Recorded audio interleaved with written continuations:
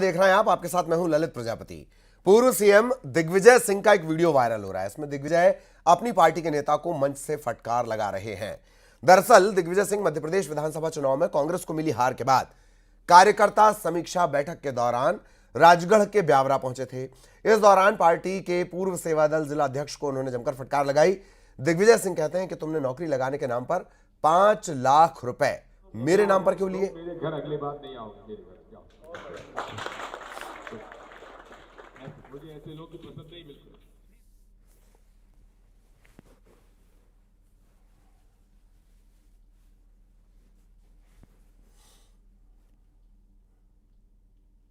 हजूर नहीं लिया मैंने। जो पैसे काय को लिए तुमने? हजूर उन्होंने मुझे उधार दिए थे। हजूर उन्होंने उधार नहीं दिए थे। हजूर ने मेरा कोर्ट में केस लगा रखा। हजूर कुछ कांग्रेसी लोग लेके आए।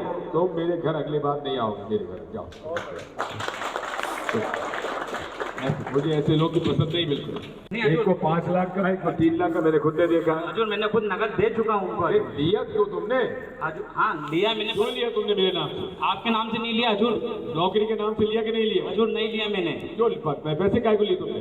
हजूर उन्होंने मुझे उधार दिए थे। हजूर उन्होंने उधार नहीं दिए थे। हजूर ने मेरा कोर्ट में केस लगा रखा। हजूर कुछ कांग्रेसी लोग लेके आए। तो मेरे घर अगली बार नहीं आओगे, मेरे घर जाओ। और मध्य प्रदेश में मोहन सरकार का बड़ा आदेश, अब जनता के करीब जाएंगे अधिकारी। 1 महीने में 3 रात गांव में अधिकारियों को बितानी होगी। खंडवा कलेक्टर ने अधिकारियों को ये निर्देश दिए हैं। तो बड़ा फैसला जनता और ब्यूरोक्रेसी के बीच गैप को कम करने के लिहाज से जनता के बीच अधिकारी जाएंगे। 1 महीने में 3 रात गांव में अधिकारी बिताएंगे।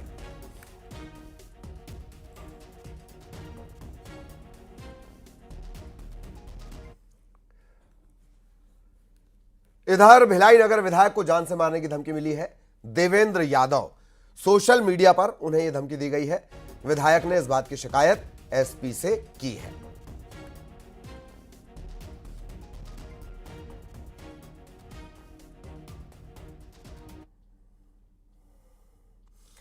खबर बिलासपुर से। भूपेश बघेल, पूर्व मुख्यमंत्री भूपेश बघेल को हाईकोर्ट का नोटिस मिला है। चुनाव याचिका पर यह नोटिस जारी हुआ है।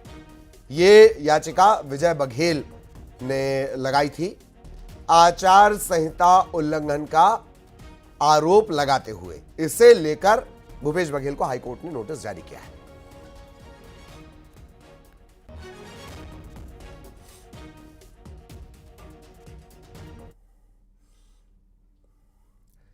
खबर हरदा से, जहां ट्रक के टायर में आग लग गई। चलते ट्रक के टायर में आग लगी और तत्काल फायर ब्रिगेड को इसकी इत्तला दी गई। फायर ब्रिगेड की टीम ने इस आग पर काबू पाया।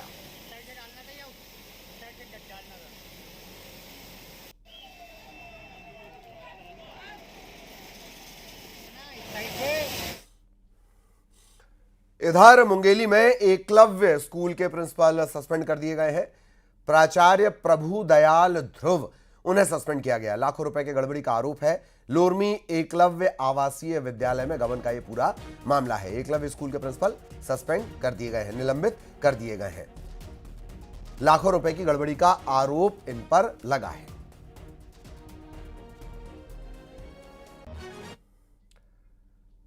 छत्तीसगढ़ में सरकार बदली है, सियासत बदली है। कांग्रेस नेताओं और अधिकारियों के काले चिट्ठे एक एक कर बाहर आ रहे हैं।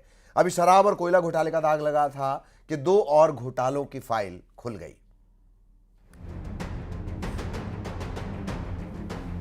छत्तीसगढ़ में शराब और कोयला घोटाले के बाद 2 और घोटालों की फाइल खुल गई है। पीडीएस और डीएमएफ घोटाला।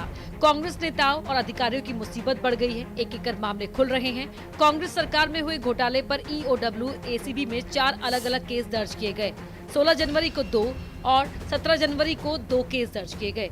चारों एफआईआर में अधिकारियों, नेताओं और कारोबारियों के नाम हैं। डीएमएफ घोटाले में कोरबा के पूर्व कलेक्टर आईएएस रानू साहू सहित 10 कारोबारियों के नाम एफआईआर में हैं। इसके अलावा संजय शेंडे, अशोक अग्रवाल, मुकेश अग्रवाल, ऋषभ सोनी, पीयूष सोनी, मनोज द्विवेदी, रवि शर्मा और अन्य लोगों को इस मामले में आरोपी बनाया गया है। इसके अलावा मार्कफेड के पूर्व MD Manoj Soni, deputy marketing officer Pooja Pratika Kerketta के नाम भी है। राइस मिलर संगठन के पूर्व अध्यक्ष कैलाश रुपटा, पारसमणि चोपड़ा, रोशन चंद्राकर को भी इन घोटालों में आरोपी बनाया गया है। छत्तीसगढ़ में पिछली कांग्रेस सरकार के दौरान कोरबा जिले में डीएमएफ के पैसों का बड़े पैमाने पर बंदरबाट किया गया। ईडी की शिकायत पर ईओडब्ल्यू ने जो मामले दर्ज किए हैं उसके मुताबिक इस अनियमितता में तत्कालीन कलेक्टर रानू साहू समेत अनेक विभागीय ऑफिसर भी संलिप्त पाए गए। शिकायत के मुताबिक कई टेंडर्स में अफसरों को सीधे 40% रकम पहुंचाई गई। ईडी की रिपोर्ट के मुताबिक कोरबा जिले में डीएमएफ से टेंडर्स के आवंटन में बड़े पैमाने पर पैसों का लेन देन हुआ है। गलत ढंग से टेंडर की दरें तय कर ठेकेदारों को सीधे फायदा पहुंचाया गया, जिसके कारण प्रदेश शासन को बड़ी आर्थिक हानि हुई। इतना ही नहीं बल्कि एक निजी कंपनी को भी इन निविदाओं के लिए 15 से 20% अलग अलग दरों से कमीशन दिया गया। इसी तरह प्रदेश के कई जिलों में डीएमएफ में भारी वित्तीय अनियमितता बरतकर सरकार और शासन को नुकसान पहुंचाया गया।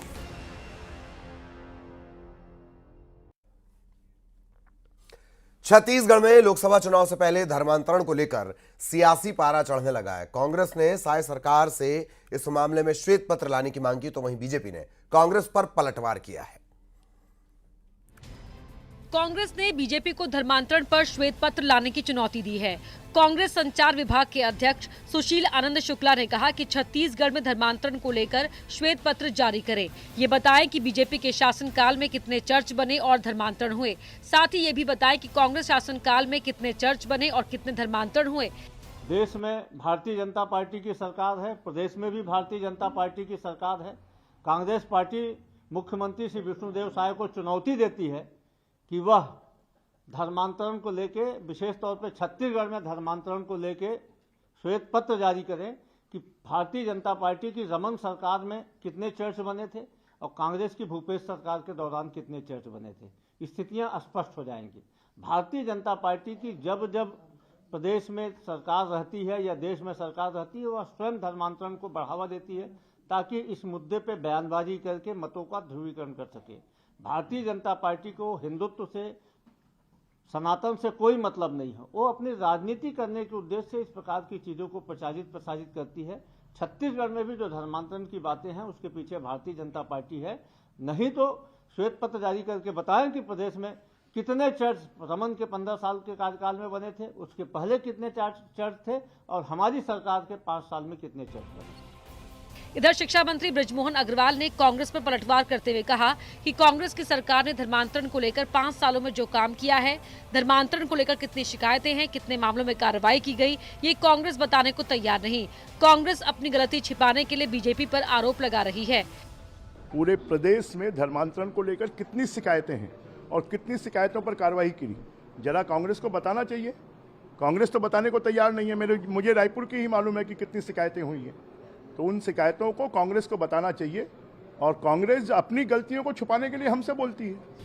वहीं बीजेपी नेता केदार गुप्ता ने कहा कि कांग्रेस शासनकाल में मुख्यमंत्री भूपेश बघेल को सुकमा के आईपीएस अधिकारी ने पत्र लिखा था और आदिवासियों पर दबाव डालकर धर्मांतरण कराए जाने की बात कही थी। फिर भी तत्कालीन कांग्रेस सरकार ने इसे रोकने की कोई कोशिश नहीं की। कांग्रेस पार्टी धर्मांतरण के मामले में श्वेत पत्र की बात करती है। क्या जब मुख्यमंत्री भूपेश बघेल जी थे तब सुकमा के आईपीएस अधिकारी एसपी ने पत्र लिखा था कि धर्मांतरण एक चिंता का विषय है और आदिवासी भाइयों को धर्मांतरित किया जा रहा है प्रलोभन देकर और दबाव पूर्वक? क्या वो पत्र इन्हें याद नहीं है? भारतीय जनता पार्टी धर्मांतरण के मामले में सख्त है और निश्चित रूप से आदिवासी भाइयों की संस्कृति, छत्तीसगढ़ की संस्कृति को बचाने के लिए धर्मांतरण को हम सबको मिलकर रोकना होगा। इससे पहले सीएम विष्णुदेव साय ने धर्मांतरण को लेकर कहा था कि हेल्थ एजुकेशन की आड़ में धर्मांतरण का खेल मिशनरी खेल रही हैं। ये सब रुकेगा तो हिंदुत्व को ताकत मिलेगी। Bureau report, news 18 Madhya Pradesh, Chhattisgarh. Chhattisgarh की एक राज्यसभा सीट पर 27 फरवरी को मतदान होना है। छत्तीसगढ़ से बीजेपी की राज्यसभा सांसद सरोज पांडेय का कार्यकाल खत्म हो रहा है। राज्यसभा चुनाव के लिए 8 फरवरी को अधिसूचना जारी होने के साथ साथ नामांकन की प्रक्रिया शुरू हो जाएगी।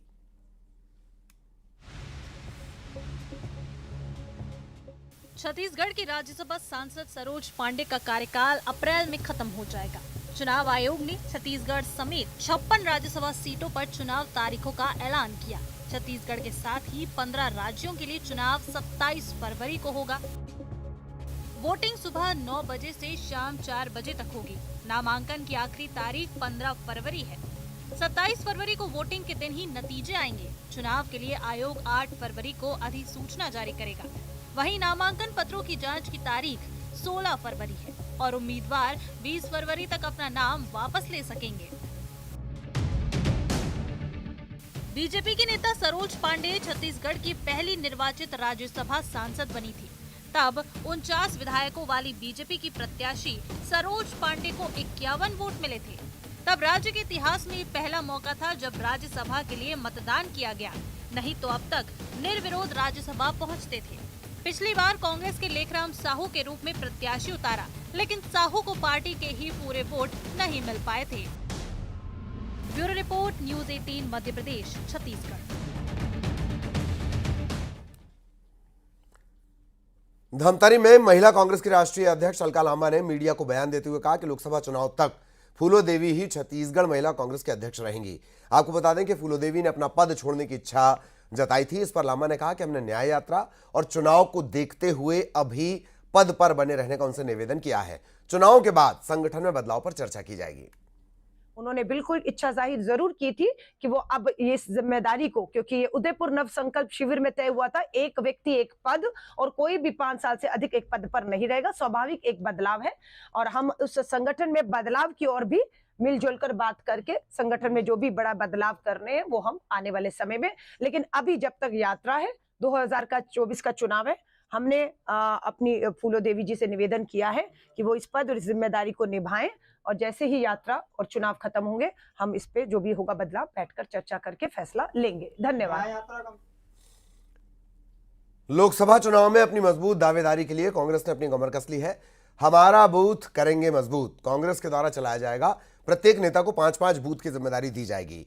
इस अभियान के जरिए बूथ प्रभारी लोकसभा चुनाव की रणनीति बनाएंगे, बूथों में जाकर चर्चा करेंगे, राज्य सरकार की विफलताओं को उजागर करेंगे।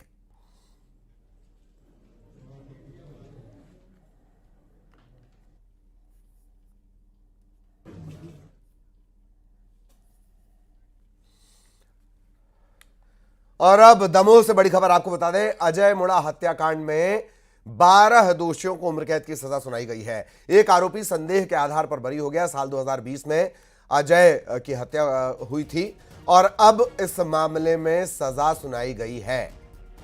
तृतीय अपर जिला एवं सत्र न्यायाधीश उन्होंने सजा सुनाई है। 12 दोषियों को उम्र कैद, एक आरोपी संदेह के आधार पर छोड़ दिया गया।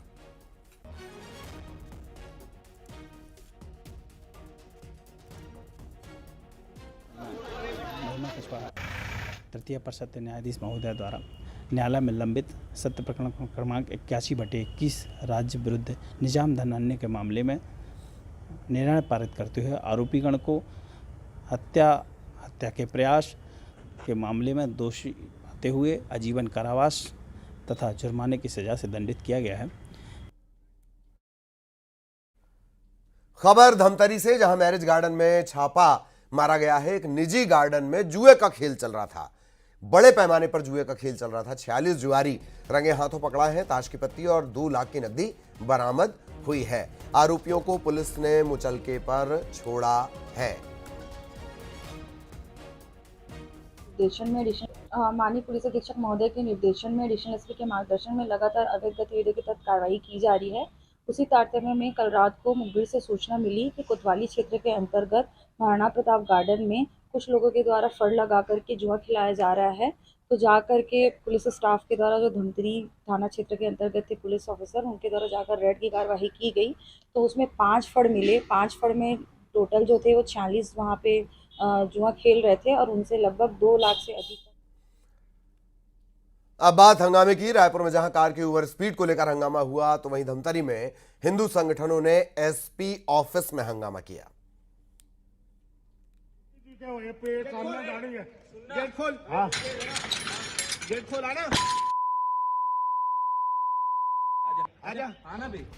रायपुर में युवकों ने सरेआम गुंडागर्दी और गाली गलौज की। ये विवाद ओवर स्पीड कार चलाने की बात से लेकर 2 पक्षों में हुआ, जिसके बाद गुस्साए युवकों ने कॉलोनी में घुसकर जमकर हंगामा मचाया और वहां रखी कार में भी तोड़फोड़ की। मामले में पुलिस ने 3 युवकों को गिरफ्तार किया है, जिनके नाम इमरान, फहीम खान और मोहम्मद शकील अहमद है। वहीं पुलिस अन्य आरोपियों की तलाश भी कर रही है। दरअसल ये 26 तारीख को रात में 11:30 बजे के आसपास की घटना है। 2 पक्षों में गाड़ी के एक्सीडेंट को लेकर के मारपीट शुरू हुई और एक पक्ष अपने जहाँ पे निवास है उनका विरासत अपार्टमेंट में रहते हैं वो वहाँ चले गए। उसके बाद उस गेट के सामने भी कुछ वाद विवाद हुआ था और फिर उस मामले में पुलिस मौके पर पहुंची और उसके बाद उसमें FIR भी हुआ और इस मामले में हमने 3 आरोपियों को गिरफ्तार करके कल कोर्ट में पेश किया था और कुछ और लोग भी उसमें फरार हैं, उनकी तलाश हम कर रहे हैं।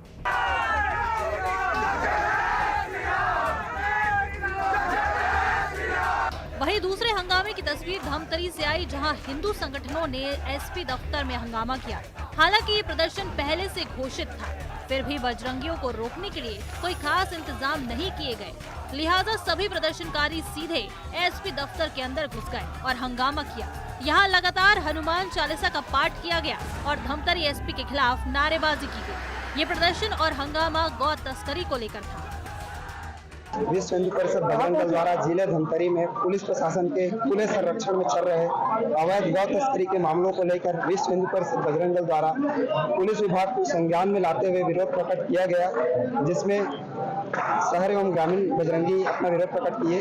अगर पुलिस प्रशासन इस 24 घंटे के अंदर गौ तस्करों को अगर गिरफ्तार नहीं किया जाता तो बजरंग दल उग्र आंदोलन करने को तैयार होगा। बजरंग दल के कार्यकर्ता गौ तस्करी को बात को लेकर के आज पुलिस अधीक्षक कार्यालय में आए थे। उनके द्वारा उन पर कार्रवाई करने के हेतु मांग की गई है।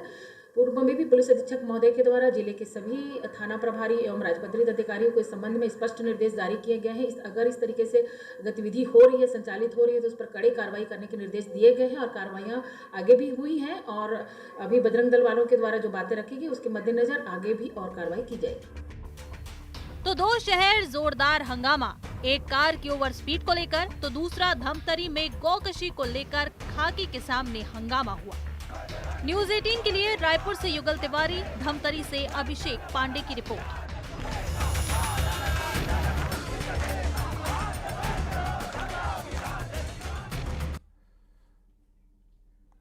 और अब बात मर्डर और चाकूबाजी की। अंबिकापुर में नाबालिग दोस्त ने ही दोस्त को मौत के घाट उतार दिया। इस मामले का पुलिस ने खुलासा किया। वहीं दुर्ग में एक बर्थडे पार्टी में जमकर पथराव और चाकू चले।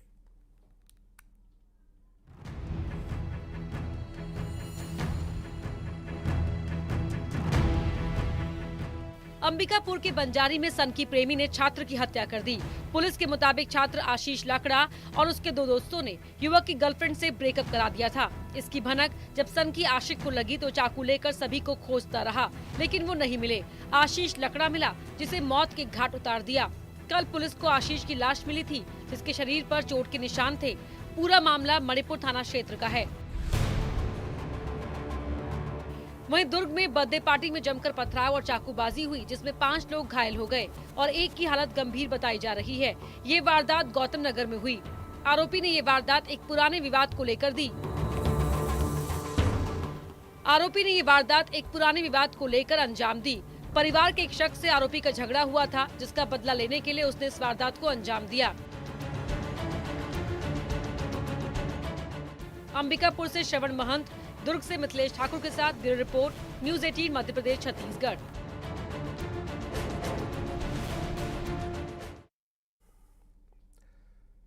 न्यूज़ 18 मध्य प्रदेश छत्तीसगढ़ ने एक बार फिर अपनी सामाजिक जिम्मेदारी निभाई और उसका असर ये हुआ कि अब मासूमों को पीने का साफ पानी मिलने लगा।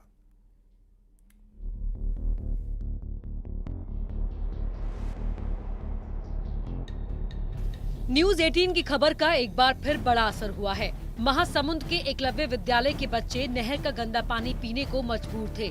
यहाँ पानी की उचित व्यवस्था नहीं थी। न्यूज़ 18 पर खबर दिखाए जाने के बाद प्रशासन हरकत में आया। जिला प्रशासन ने एकलव्य स्कूल के बच्चों के लिए पानी के 3 टैंकर का इंतजाम किया है। पीने के पानी की स्थायी व्यवस्था के लिए प्रशासन 12 फीट का कुआं भी खुदवा रहा है। एकलव्य स्कूल के छात्र नहर का गंदा पानी पीने को मजबूर थे। न्यूज़ 18 मध्य प्रदेश छत्तीसगढ़ ने खबर दिखाई कि 15 दिन से स्कूल का बोर खराब हो गया था और 2 साल से स्कूल में पानी की समस्या है, जिसको लेकर स्कूल प्रबंधन उदासीन बना हुआ था। जो खबर न्यूज़ 18 पर चली तो प्रशासनिक महकमे की नींद खुली और बच्चों के लिए साफ पानी का इंतजाम किया गया। महासमुंद से सोमनाथ तोंडेका के साथ bureau report, news 18 Madhya Pradesh Chhattisgarh.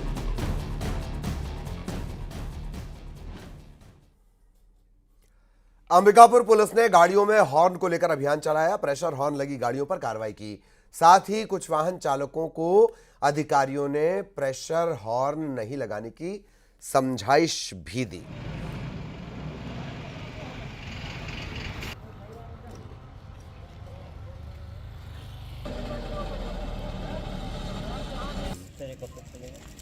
बस आज हारन के ऊपर किए हैं सर, ये रसीद काट के दिए हैं 2000 का। प्रेशर हारन मत बजाइए, मत लगाइए। अब क्या देंगे सर, फाइन पटाए सर, बोले कि प्रेशर हारन मत बजाना, इसको निकाल के फेंक दीजिए। वरिष्ठ अधिकारियों महोदयों के आदेश से प्रेशर हार्न का चेकिंग चल रहा है और जितने ट्रक बस हैं उसमें प्रेशर हार्न लगा रहे हैं और उस हार्न से कितना मतलब भद्दा आवाज। खबर कवर्धा से, जहां पंडित धीरेन्द्र शास्त्री की कथा चल रही है। धीरेन्द्र शास्त्री ने कथा के दूसरे दिन दिव्य दरबार लगाया। भक्तों की अर्जी पर समस्याओं के हल बताए। बाबा ने 20 लोगों के सवालों के जवाब दिए। कुछ लोग पहली बार दरबार में आए थे।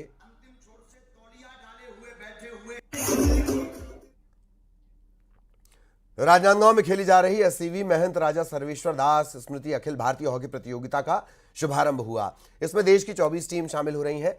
मुख्य अतिथि के रूप में जिला पंचायत अध्यक्ष श्रीमती गीता घासी साहू इसमें शामिल हुई। विजेता टीम को रजत कप और 5 लाख रुपए नगद। इसके अलावा उप विजेता टीम को रजत और 3,50,000 रुपए।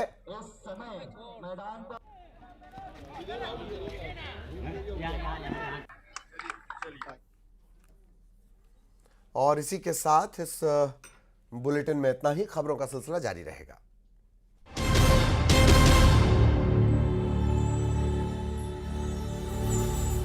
पतंजलि हनी ने सीसीटीवी में हुआ रिकॉर्ड